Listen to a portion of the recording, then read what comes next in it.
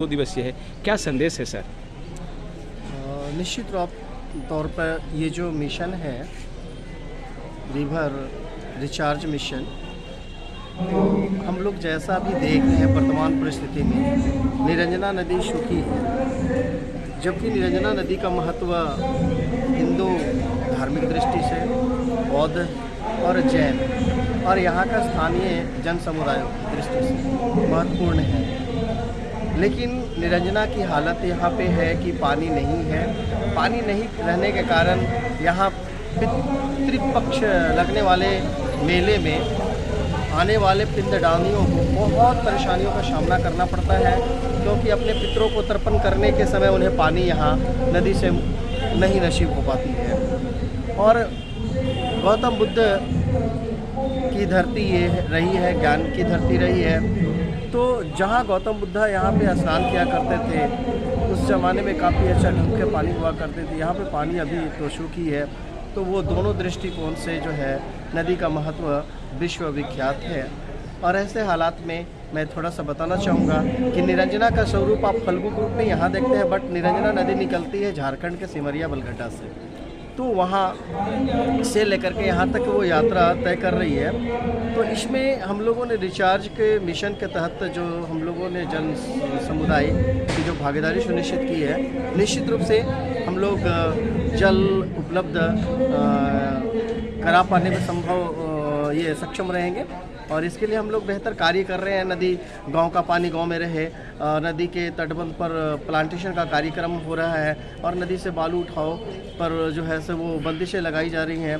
तो धीरे धीरे करके अर्जन समझ जिसमें मिलने वाली छोटी छोटी जो सहायक नदियां हैं, वो नदियां जो है से निश्चित रूप से उसको भी साफ़ सफाई करते हुए हम लोग निश्चित रूप से उसकी पानी को अनवरत इसमें बहाते हुए हम लोग फल्गु नदी कि पानी को यहाँ तक हम लोग निश्चित रूप से लागू पाने में सक्षम हो पाएंगे, ऐसा मैं आशा करता हूँ।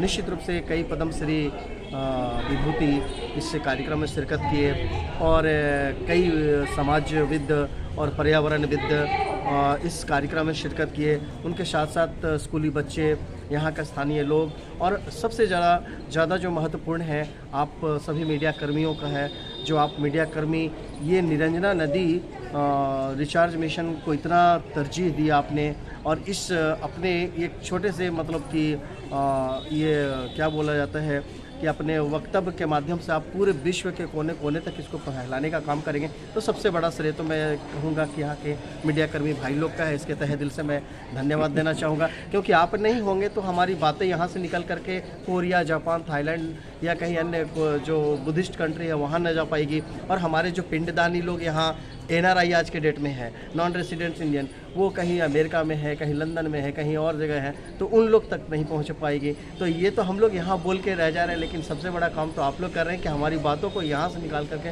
वहाँ पहुँचा रहे हैं। तो इसमें आप लोगों की भी उपस्थिति रही और निश्चित रूप से सब लोगों का चोटी के लोग यहाँ पे जुड़े, तो उन्होंने अपना जो अनुभव साझा किया नदी और जल संकट संबंधी, जल उपलब्धता, जलवायु परिवर्तन और पर्यावरण संरक्षण, पर्यावरण ह्रास, ये सारी बातों में निश्चित रूप से जो है से वो दमदार बिंदुएं निकल करके सामने आई, जो हम लोग को अनुकरण करने के लिए निश्चित रूप से वो ज़रूरी है, ताकि हम पर्यावरण को भी बचाएं, नदी को भी बचाएं और आने वाले भावी पीढ़ियों को ये जो है से सूखी नदी ना, आने वाले भावी पीढ़ियों को हम लोग एक जलधारा संयुक्त नदी। अपना परिचय दीजिए सर। जी, मैं रविंद्र कुमार रवि, शिक्षक समाज सेवी, झारखंड। निरंजना मिशन एक अनूठी पहल कर रही है।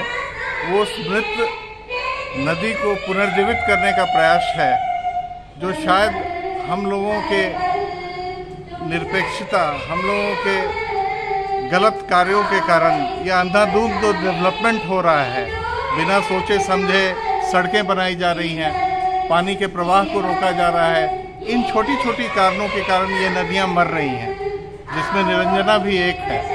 यह एक उदाहरण है, यह जो शुरुआत है ये एक उदाहरण की तरह एक क्रांतिकारी परिवर्तन की नींव रखेगी। और जैसे मैं नालंदा का हूँ, नालंदा में 40 नदियाँ थी, 40 में 35 नदियाँ पूरी तरह से मर गई हैं। उनका गला घोटने वाले कोई और नहीं, हम सब हैं। हम हैं, आप हैं, शासन है, प्रशासन है, जिसने कभी ध्यान नहीं दिया कि हमारी पानी के स्रोत किस अवस्था में है। तो यहाँ पे जो निरंजन मिशन जो काम कर रही है वो सिर्फ यहीं तक सीमित नहीं है, इसकी भौगोलिक सीमा गया तक नहीं है। यहाँ आज भी पूरे देश से कई अच्छे लोग आए हैं, कई एक्टिविस्ट आए हैं, कई नेतृत्वकर्ता आए हैं, कई पद्मश्री और ऐसे लोग आए हैं जिन्होंने इस क्षेत्र में काफ़ी काम किया है। वो इस मशाल को लेकर आगे जाएंगे और हम लोग पूरे भारत में एक नया विचारधारा, नया ये सोच पैदा करना चाहते हैं कि हम मुड़कर देखें कि हमारी नदियाँ कहाँ थी और पुनः उनके प्रति हम अपना आभार प्रकट करते हुए उनको पुनर्जीवित करने का प्रयास करें। अपना परिचय दे दीजिए। जी, परिचय अपना। मेरा नाम प्रणव प्रकाश है, मैं नालंदा का रहने वाला हूँ और मैं वहाँ की नदियों पर काम कर रहा हूँ। वहाँ की कई नदियाँ मृत हो चुकी हैं, उनको पुनर्जीवित करने का प्रयास कर रहा हूँ।